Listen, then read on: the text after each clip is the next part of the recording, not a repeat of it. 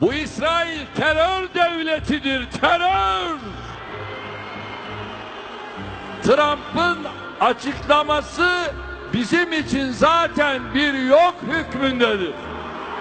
Bakın 1947'de Filistin ne? Ve bu topraklar oradan nereye geldi? Dünyanın Birleşmiş Milletler başta olmak üzere almış olduğu bunlar hakkındaki hiçbir kararı bugüne kadar bu İsrail tanımamıştır.